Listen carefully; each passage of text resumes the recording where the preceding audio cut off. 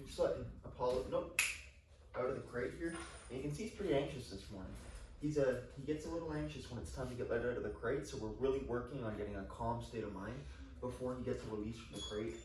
Really before he gets any reinforcement from anything, meaning before he completes any behavior that he wants to complete that is going to be reinforcing, we're going to make sure we're getting a calm, permission-based behavior from that first, right? So if he wants to be released from here, we're going to make sure he's laying down and sitting. If he tries to step out like this, nope. Like that, I'm going to give a nope and a tap on my e-collar. If the e-collar isn't on, I might say nope and just close the door. You can see the head is down lower though. He's a little bit more submissive. He's not whining in the same way. And he's giving me eye contact now, right? He's not trying to push that. I am going to, I'm going to take this a step farther here. I wish I could keep this door open. Let's see here.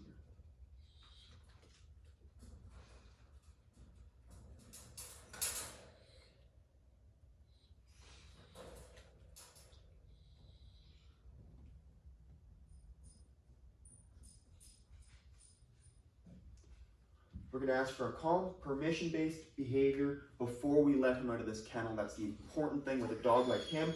He's very anticipatory. That's where this anxiety comes from, this whining. It's because he's anticipating the next thing and he wants to react and go from one thing to the next without really putting any thought into it. Just forward motion, right? Just bursting out of the crate. Now he's nope down. He laid down on his own there. That's really, really good. But then I pointed at him and you can see again that anticipation, right? So again, we're going to correct that. We're going to correct that until it's no longer there and we have a dog that is waiting for the next command from me. Good. Down. Good. You can see he relaxes his body a little bit, shifts his weight over to one side. He knows he might be here for a minute because I'm not going to let him out right away. What I'm actually going to do is I'm going to open up Ruby's crate here as well, and then I'm going to release her. I do need to put an e-collar on Ruby first, because again, this is how we're going to start the day with these dogs here, is putting their equipment on as soon as the day starts. Figure out which e-collar this is. We're going to go with this one.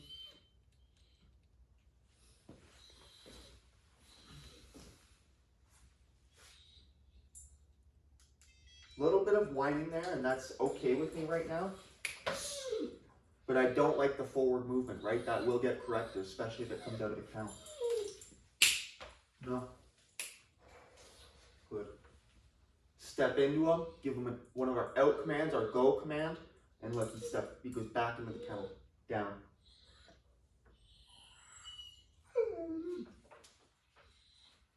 Good. No, down. You can see, right, as soon as I move, that head comes right back up.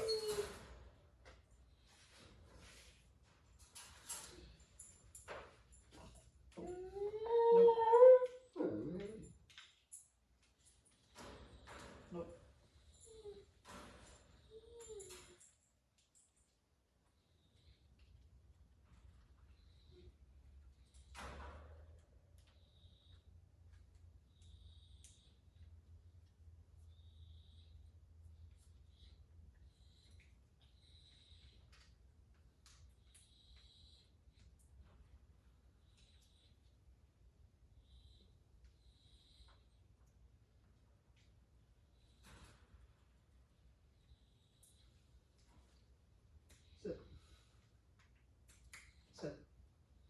Good. Okay, so you gotta sit there from Valkyrie, sorry, another Great Dane that was just here was named Ruby. So we got Valkyrie in that sit. Again, same thing, no correcting for that anticipation from Ruby as well. It is a bit of an issue for her, especially now that she comes out of her shell in her program. She's getting a little more excited, a little more desire to be out of that crate and with us and participating in these activities. And now she's really getting that anticipatory mindset as well, right? To want to come out of the crate, right? Down.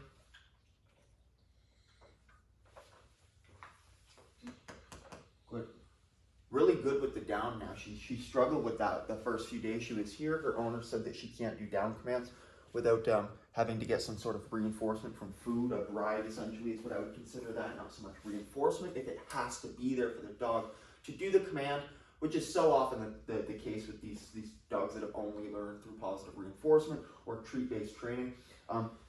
And again, you might hear the comeback like, well, the dog has to have the e-collar on to perform the commands, and it's just simply not true.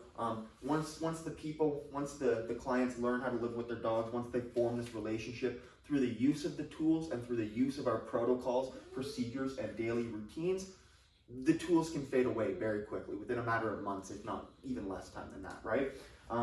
We can fade these tools out, and we can have a dog that responds reliably to body pressure, body language, and verbal communication and hand signals. But that's a different argument. So as you can see, we've got them in it down. We've got a lot of that anticipation gone from these dogs now. Not so much whining. I'm going to give a release command, and it's going to be a release. I'm going to let them get a little excited, right? So break. Yeah, good job, guys. Good job. Hello. Good job. Good job. Hello. Good morning. Good morning. And I might just release them and recall them to you to put them in a sit or something like that, especially if I'm doing it one at a time. They did so good there, they can get up and get happy. Good job, guys. Okay, let's go outside, right? You guys want to go outside now? Get them a little excited to start the day. Apollo, sit. Good. I like to recall them out of the crate, have them sit, sit. No, sit. To keep that nice and calm, but honestly, no, sit. Good, stay. Honestly, that was pretty calm. I was pretty happy with that release. I didn't mind that they got excited there. I obviously got them excited. Not something I always encourage doing there, but there's a ton of fun. Good job. Sit. Nope. Sit. Even here though, right, you can see he's really struggling to even just hold that sit. It's an exciting time for him. Break. We're going to take these dogs upstairs now. Nope. Now, we do have some rules going through the house as well. Sit. Stretch. Okay, guys, sit. One of our rules is to sit at the stairwell. Nope, come. Good, sit.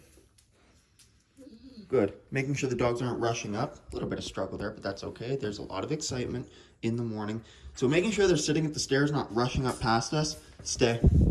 Give them a stay. I'm going to turn this light on. Nope. I guess I'm going to turn that off. Sit. Make sure we got that sit, then I can release them, but I'm gonna recall them. Come. And keep that energy slow. Nope. Again, a nope. No correction there on the e-collar. And again, this is what I mean by this stuff does work without the tools, provided you have that relationship. Sit. And that rapport with your dogs. Again, right? I'm not even asking for a sit, right? They know based on context and based on what we've previously done here, this is what's expected. No. That's what's expected, right? Good. Good. Stay. Okay, come. And again, keeping that energy low, keeping them behind me, not allowing them to rush ahead. These simple things right here make all the difference in the world. They really do. Sit. Dom. Come. Dom, here. Dom. That's your collar. I'm not supposed to have that. Sit. Sit. My dog struggled apparently. Gonna open the door and release them, right? And again, when we release them here, we've got a bit of a routine here, right? Now, this is a bit of a new routine for them. So we're gonna see how this works, because they're gonna be excited to head out, right? Val, break, good, nope. Sit. Blocking the doorway with my body. Dom really anticipated that there. So again, Dom, break. Dom, break. No. Go. And Apollo, break. Good job, guys. Very good job. So that's kind of one way that we like to start our mornings there, with some nice structure right off the bat. You see how that works, and you see how it makes such a difference for starting your day with, you know, just absolute craziness if you just come out, open that kennel door, or even worse, don't even have them in the kennel when you start the day. Always having that structure, especially with dogs like these, dogs like Valkyrie here and dogs like Apollo especially, they need that structure, they need that consistency, and they need that mindset, that proper state of mind anytime they're performing any activities throughout the house, right? We can't have them enter that unhealthy state of mind, especially during a rehab or a behavior modification. So anyway, hope you guys enjoyed this video. It's a little bit of a longer one, but it really kind of shows you exactly what we do when we start the day with these dogs every single day. And now they're out here in the social yard. Now they get to spend about a half an hour out here hanging out, wandering around, maybe a little less time, it's a bit chilly out, but they get to enjoy their morning together here, and then we'll probably go out for a hike. So